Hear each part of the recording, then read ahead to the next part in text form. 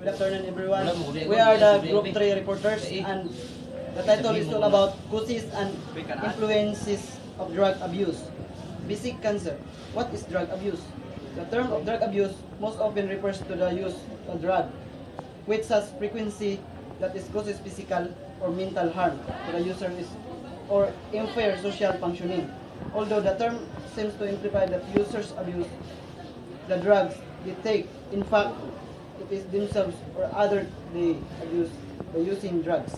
So when we talk about drug abuse, for giyon sa niya pag-take ang drugs, ang lawas, or kanang iabuso na niya ba, nalabian niya sa paggamit or misuse. What is drug dependency? So when we talk about drug dependency, kung giyon sa niya paggamit ang drugs. So drug dependency, which sometimes called drug addiction, is defined by three basic characteristics. So first is the users continue to take drugs over the extended period of time. So bisag unsa niya sa usa ka users, permanent gyapon siya gagamit sa usa ka drugs. So second, the users find it difficult to stop using the drugs. So ang usa ka users while kung nakagamit na siya na lisod niya undangan ang drugs. So third is the users stop taking the drugs.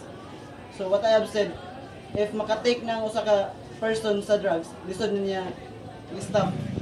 Kay when we talk about abuse, di abuso naman niya, di siya ka kuan undang or users stop taking their drugs. So good afternoon, everyone. My tackle is about what is drug addiction. Drug addiction is the state of mind in which a person has lost the power of self-control in respect of a drug.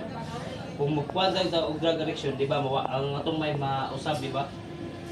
Ma-lose control ang atong mga lawas. Then the characteristic of drug addiction. Number one, uncontrollable craving. The second is tolerance. Third is addiction. Fourth, physical defense. Fifth is physiological defense, and the last is withdrawal syndrome. Diba, uncontrollable craving is kwan ni siya. Kada lang sa tong kwan ba makagamit og drugs, mawala sa tong muna. Then the second, the tolerance. Ang tolerance kung permitin mo ang imong ba dili na ka tolerate ka sa imong paggamit. Then last, third is addiction, paggamit sa ubang-ubang mga drugs. Then the fourth is physical defense. Imong physical, murag dili na mo na depinsahan. Then the fifth is physiological defense. Then the last, withdrawal syndrome. That's all. Thank you. Next reporter. How addiction is acquired? Number one, association. So when we say association, isa ni ka group of people na nag-organize aning drugs.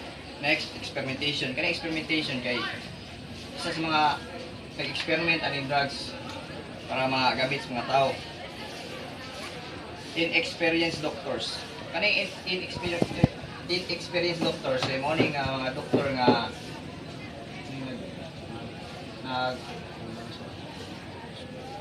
kulang sa experience. Likewise, addiction may also be acquired through habituation, tolerance, dependence. I'm the next reporter. My topic is all about the factors in youthful drug abuse. First is the motives and attitude. Siyempre, kung gamit ang drugs, mausap din atong malain atong mga motibo sa atong pansarili. Then, kung atong mga attitude, mausap.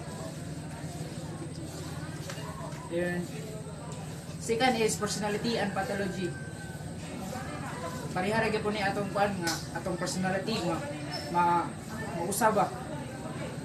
Ayun. Next is the family background. Siyempre kung gamit ang drugs ang malain gid ang kuan sa mga tao sa atong background. Fourth is the other psychosocial factors. Good afternoon, ma'am. My topic is about the primary causes of drug abuse. So So any of the 7 diseases could be the primary cause why people tend to abuse drugs despite knowledge of the dangerous effect of drugs. So muna ay mga causes of drug abuse. So one is pride. Pride is a feeling of self-worth or self-esteem, sense of self-importance.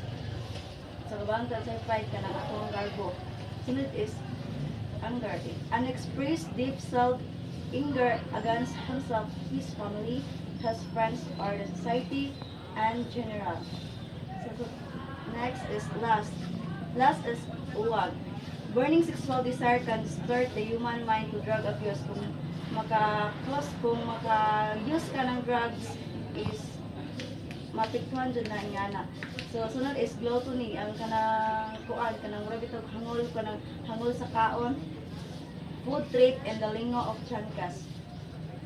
Next is greed. Wealth, fame, recognition as exemplified by people under pressure in their work of art, such as musicians, actors, athletes who indulge in drug abuse. Envy. To get attention from someone as a sign of this envy is a major cause of drug. And the last is laziness. I can't syndrome, incapacity to achieve the breeding ground of or drug abuse. Everyone, group classifications of drug abusers. First is situational user. Those who use drugs to keep them awake or for traditional energy to perform an important work, such as individual may or may not exhibit psychological dependence. So, ang situational user kanang magdepende ra ni siya sa yang situation, kumbaga kung unsa iyang gikuyugan iyara kung i-adapt. Then number 2 is spray users. School age user who took drugs for kicks, an adventurous daring experience, or as a means of fun. They may be some degree of psychological dependence but little physical dependence due to the mixed pattern of use.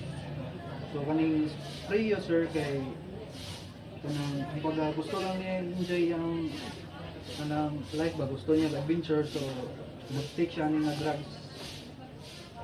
Then number 3 kay hardcore addict. Those whose activities revolve also entirely around the drug experience and securing supplies. They show strong psychological dependence on drugs. So ang hardcore addict kay kaning muna siya ang pinakagrabe niya na addict. Then kumbaga daghan na siya mga supplies na mga drugs. Then the last is number 4 is hippies. Those who are addicted to drugs, believing that drug is an integral part of life. Kumbaga kanang iyang kinabuhi, kumbaga apil na ang drug sa iyang kinabuhi ba, yan ang giada. Okay. Good afternoon everyone. Society Human. Process of detecting drug abuses. The detection of drug abuses involves 5 processes, namely first, observation.